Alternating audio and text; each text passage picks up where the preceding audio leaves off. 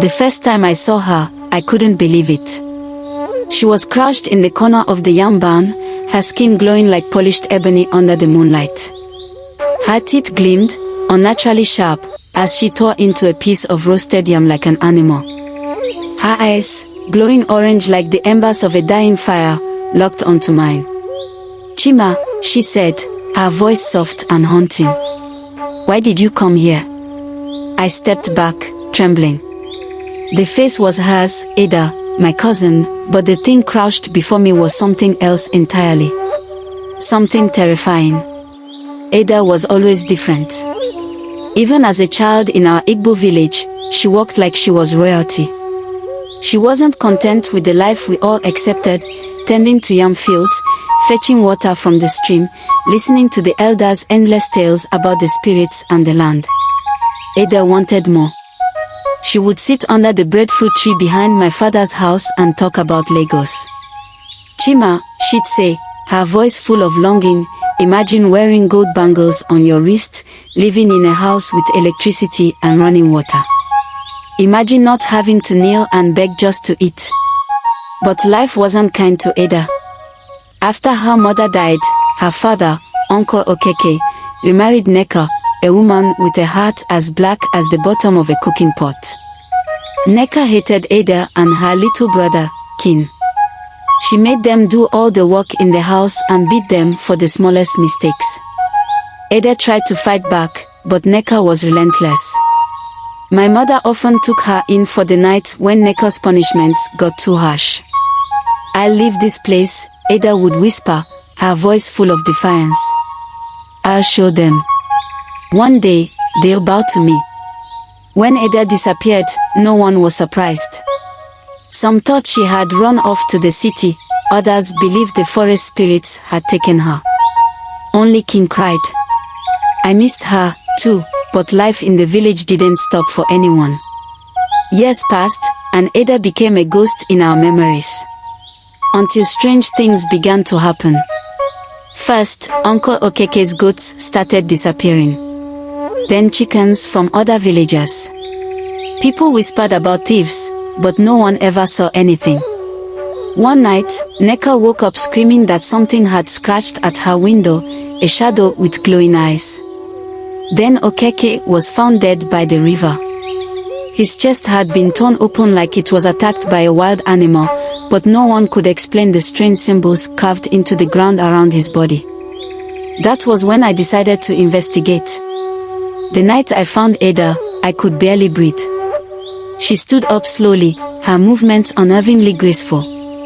Her wrapper hung in tatters around her, and yet there was an unnatural beauty about her.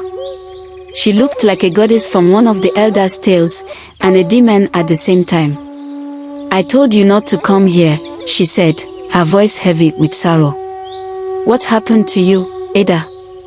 I asked, though fear twisted in my gut. She sighed, her sharp teeth glinting in the moonlight. "I wanted wealth. I wanted freedom. And I got it." She told me how she had ventured into the forbidden forest the night she disappeared, searching for the shrine of Agbala, the spirit of fortune.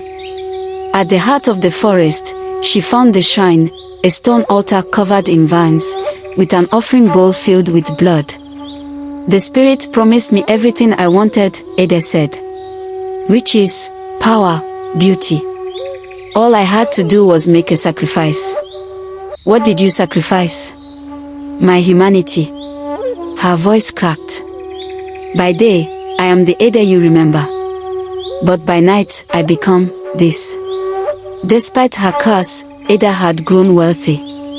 She had discovered that the spirit's gift included an instinct for finding treasures, hidden gold, rare artifacts buried in the earth, and even unclaimed riches from the spirits themselves.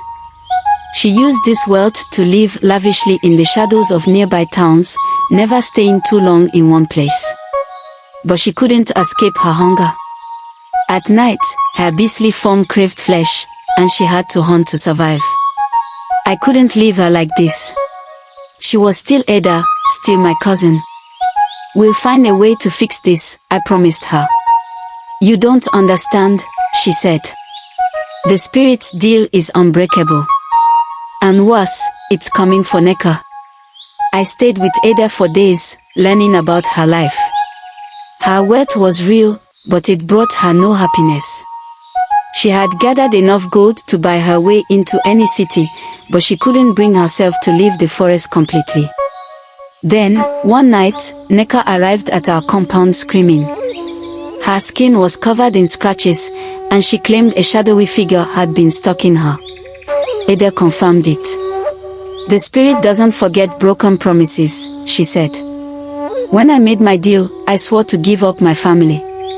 Nneka's cruelty forced my hand. Now, it wants her." I should have felt relieved. Nneka deserved whatever was coming. But I couldn't let Ada become a monster completely. "We'll stop it," I said. Together. We returned to the forest that night, searching for the shrine. Ada guided me through the twisting paths, her beastly senses sharp in the dark.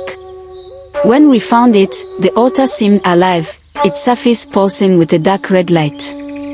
The spirit appeared, a figure cloaked in shadows, its voice echoing like thunder.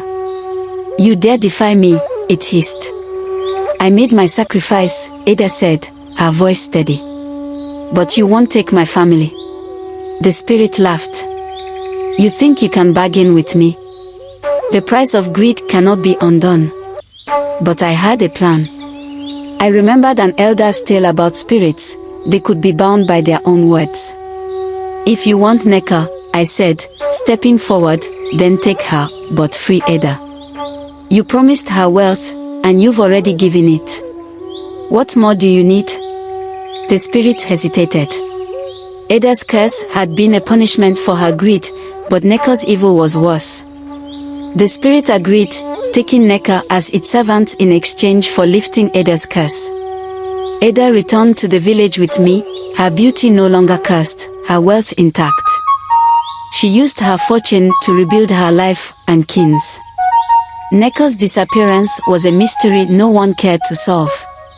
The elders say Ada's story is a lesson about greed, but I see it differently. It's a story about redemption, about fighting for family even when the odds are against you. Sometimes, when the wind blows through the trees, I swear I hear the spirit's laughter. But I don't care. Ada is free, and that's all that matters.